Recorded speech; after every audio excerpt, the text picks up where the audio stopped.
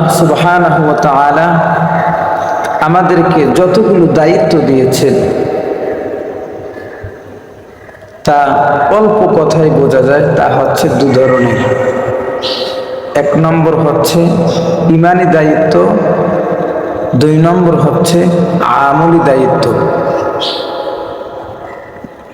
ঈমানি দায়িত্ব হচ্ছে প্রথম পর্যায়ের দায়িত্ব, কারণ ঈমান হচ্ছে সকল আমলের বুনিয়াদ। ঈমান যদি সঠিক না থাকে তাহলে আমলের সওয়াব পাওয়া যায় না। ঈমান যদি সঠিক না থাকে ওই আমল গ্রহণযোগ্য হতে পারে না। রূহ ছাড়া অর্থাৎ প্রাণ ছাড়া দেহ, যেমন ঈমান ছাড়া আমলও সেই রকমের, আমলের সওয়াব পাওয়া যায় না।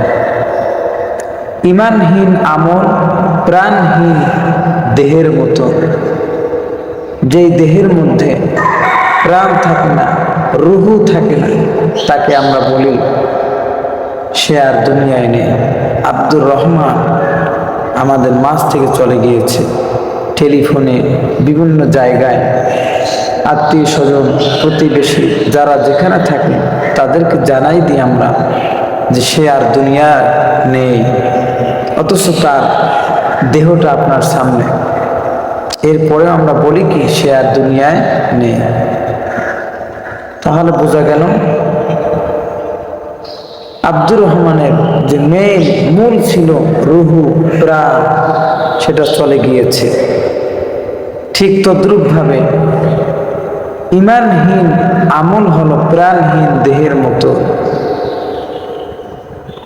যেই দেহের মধ্যে প্রাণ থাকবে না, রূহ থাকবে না, সেটা গ্রহণযোগ্য নয়। ঠিক তদ্রূপ ভাবে ঈমান ছাড়া আমলেরও কোনো গ্রহণযোগ্য হতে পারে না। এ ব্যাপারে কোরআনুল কারীমের মধ্যে সূরা নূরের 39 নং আয়াতে কারিমায় আল্লাহ রাব্বুল আলামিন সুন্দর করে জানিয়ে দিয়েছেন। আল্লাহ বলেন, ওয়াল্লাযীনা কাফারু আ'মালুহুম কাসারাবিন বিকিআতি ইয়াহসাবুহু আয-যামআনু মাআ হাত্তা ইযা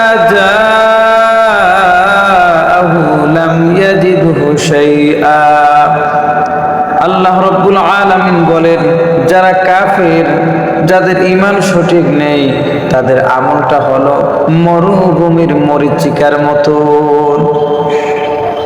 যারা কাফের, যাদের ঈমান ঠিক নেই, তাদের আমলটা হলো মরুভূমির মরীচিকার মতো। অর্থাৎ যারা সৌদি আরবে গিয়েছেন, মরুভূমির মধ্যে গিয়েছেন, তারা দেখেছেন মরুভূমির এক প্রান্ত থেকে অন্য প্রান্তে তাকালে দেখা যায় সমুদ্রের পানি যেমনি ভাবে বাতাসে নড়াচড়া করতে থাকে, ঠিক মরুভূমির এক প্রান্ত থেকে অন্য প্রান্তে তাকালে দেখা যায় ওই রকমই। যখন মরুভূমির কাছে যেখানে পানির মতন দেখা যায়, যখন কাছে চলে যাবেন দেখবেন পানি নয় বালুগুলো, বালু আর বালু বাতাসে ঝিলঝিল ঝিলঝিল করতেছে। ঠিক ঈমানহীন আমল হলো ওই রকমের। দূর থেকে দেখা যায় অনেক আমল করতেছে, কাছে গিয়ে দেখবেন কিছুই না। ঈমানহীন আমল কোনো গ্রহণযোগ্য হতে পারে না। এ ব্যাপারে আল্লাহ রাব্বুল আলামিন কোরআনুল কারীমে প্রথম সূরা বাকারার মধ্যে ঈমান এবং ঈমানের চেতনা শুরুর দিকে আল্লাহ রাব্বুল আলামিন জানাই দিয়েছেন। এখানে আপনারা বলতে পারেন প্রথম সূরা ফাতিহা। সূরা ফাতিহা অর্থ ভূমিকা, কোরআনুল কারীমের ভূমিকা হলো সূরা ফাতিহা। তাহলে প্রথম সূরা হয় সূরা বাকারা। সে বাকারার শুরুর দিকে আল্লাহ রাব্বুল আলামিন বলেন, আল্লাযীনা ইউমিনুনা বিল গায়ব। এখানে আল্লাহ রাব্বুল আলামিন বলে দিয়েছেন, যারা ঈমান আনো, বিশ্বাস করো অদৃশ্যের প্রতি। কিসের প্রতি? অদৃশ্যের প্রতি ঈমান আনতে বলা হয়েছে, বিশ্বাস করার কথা বলা হয়েছে। আল্লাহর অস্তিত্ব আমরা কেউই দেখি না। দেখি না। জান্নাত কেউ দেখি, জাহান্নাম দেখেছি, আরশ, কুরসি, লৌহ কলম কিছুই আমরা দেখি না। এর উপর ঈমান আনতে হবে আর বিশ্বাস করতে হবে আল্লাহ বাদশাকে ফকির বানাই দিতে পারেন, ফকিরকে আবার আমির বানাই দিতে পারেন, একজন মন্ত্রীকে মন্ত্রীর চেয়ার থেকে নামাই দিতে পারেন, আর একজনকে আবার মন্ত্রীর চেয়ারে বসাই দিতে পারেন। তিনি কে? তিনি হলেন আল্লাহ। ঠিক কিনা? এটার উপর বিশ্বাস করতে হবে। এটাকেই বলা হয় ঈমান এবং ঈমানের চেতনা। আর আল্লাহ তাআলা জাত সত্তার প্রতি ঈমান আনতে হবে গো। আগেই বলেছি, ঈমান ছাড়া আমলের কোনো মূল্য নেই। ভিত বুনিয়াদ ছাড়া বিল্ডিং দাঁড় করা যায় না। একটা বিল্ডিং যদি দাঁড় করাতে চান, কি প্রয়োজন? ভিতির প্রয়োজন, মেন পয়েন্ট, মেন জায়গার প্রয়োজন, যেখানে আপনি বিল্ডিংটা তুলবেন সেই জায়গার প্রয়োজন। শূন্যর উপরে বিল্ডিং দাঁড় করানো যায় না। এজন্য কিসের প্রয়োজন? ভিতের প্রয়োজন। ঠিক তদ্রূপভাবে ঈমান ছাড়া আমলের বিল্ডিং দাঁড় করানো যায় না। আমলের বিল্ডিং যদি দাঁড় করাতে হয়, ঈমানের প্রয়োজন। ঈমানের বিল্ডিং যদি দাঁড় করাতে চায়, অবশ্যই আমলের প্রয়োজন হবে। ঈমানহীন আমল প্রাণহীন দেহের মতন। এজন্য ঈমানের বিল্ডিং যদি দাঁড় করাতে চান, তাহলে আপনাকে 6টি মৌলিক বিষয়ের উপর ঈমান আনতে হবে। কয়টি? 6টি। 1 নম্বর হলো আল্লাহ পাকের উপর ঈমান আনতে হবে। আল্লাহ রাব্বুল আলামিনের আসমানি কিতাবের উপর ঈমান আনতে হবে। এই কিতাব সত্য ও মিথ্যার পার্থক্যকারী কিতাব। এটার ভিতর আদেশ রয়েছে, নিষেধ রয়েছে, তা বিশ্বাস করতে হবে। আল্লাহ রাব্বুল আলামিন 1 লক্ষ কি 2,24,000 পয়গম্বর পাঠিয়েছেন, তাদের উপর ঈমান আনতে হবে। তার নূরের ফেরেশতা, তাদের উপর ঈমান আনতে হবে, বিশ্বাস করতে হবে। কিয়ামতের দিন, যে দিন 60-70 বছরের জিন্দেগি পার করেছেন, কিভাবে সেদিন হিসাব নেওয়া হবে।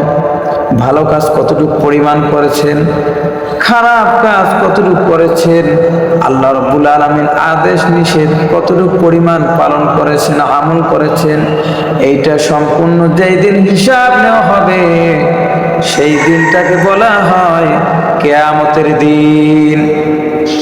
সেই দিনের উপর ঈমান আনতে হবে, বিশ্বাস করতে হবে।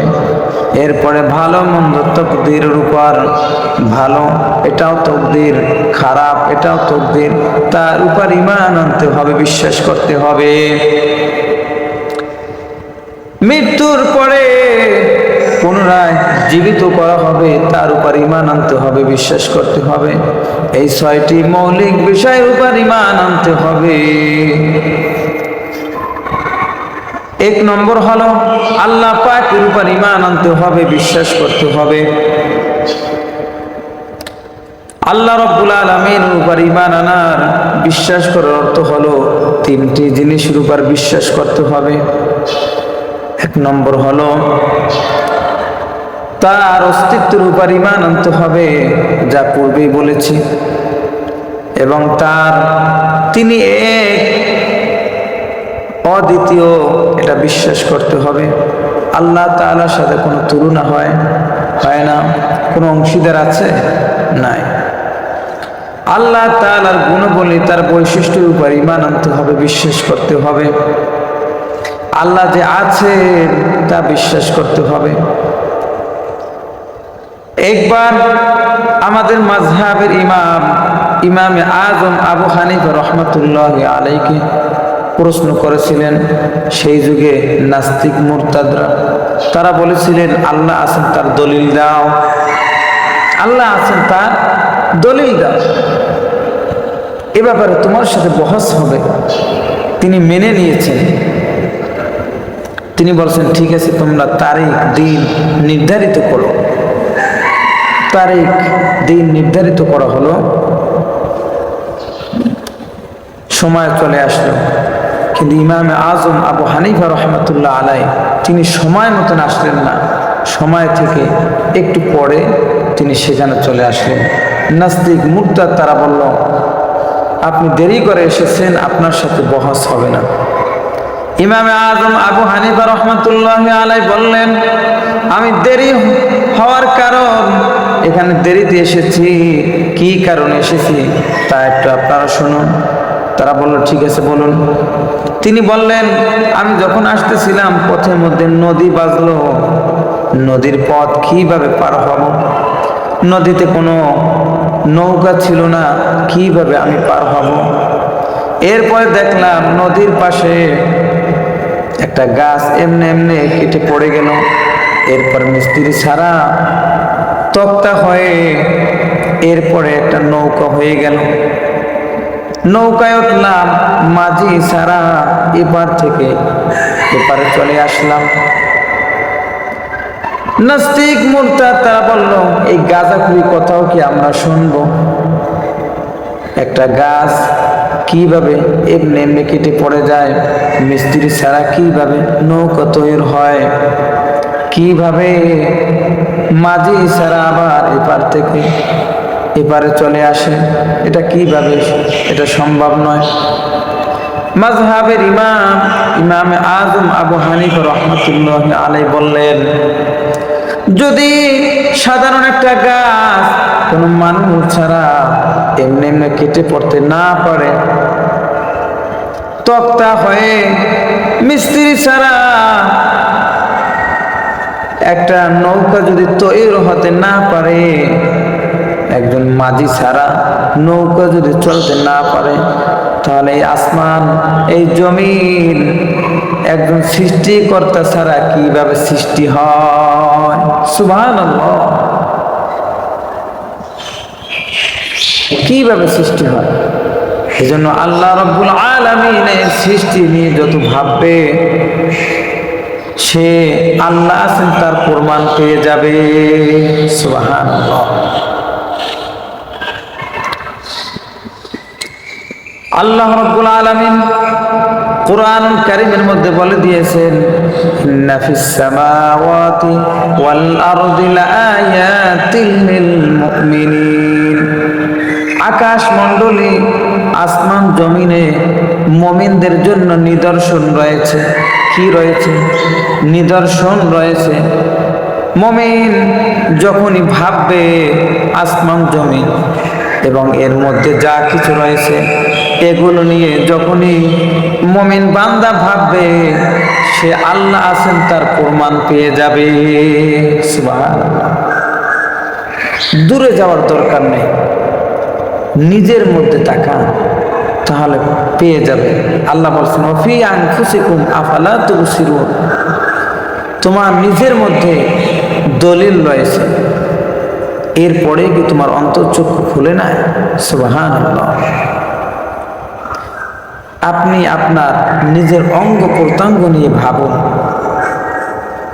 আল্লাহ যে অঙ্গ প্রত্যঙ্গ দিয়েছে তা নিয়ে আপনি ভাবুন, আপনি চিনবেন, বুঝতে পারবেন আল্লাহ আছেন তার প্রমাণ আপনি পেয়ে যাবেন। আপনার অঙ্গের মধ্যে একটা অঙ্গ হলো চোখ।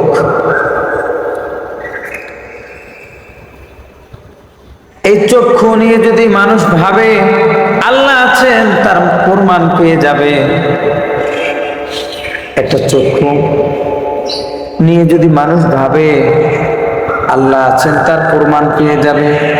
আল্লাহ জাল্লা শানুহু এই চক্ষু দান করেছেন এই চক্ষুর মাধ্যমে আপনি একটার সাথে আরেকটা আলাদা আলাদা ভাবে আপনি যাচাই বাছাই করতে পারেন, আপনি কালার নির্বাচন করতে পারেন। এই ক্ষমতা আল্লাহ রাব্বুল আলামিন চোখের ভিতরে দিয়ে দিয়েছে। কালার নির্বাচিত করতে পারেন, কোনটা কোন কালার এটা আপনি দেখার সাথে সাথে বলে দিতে পারেন।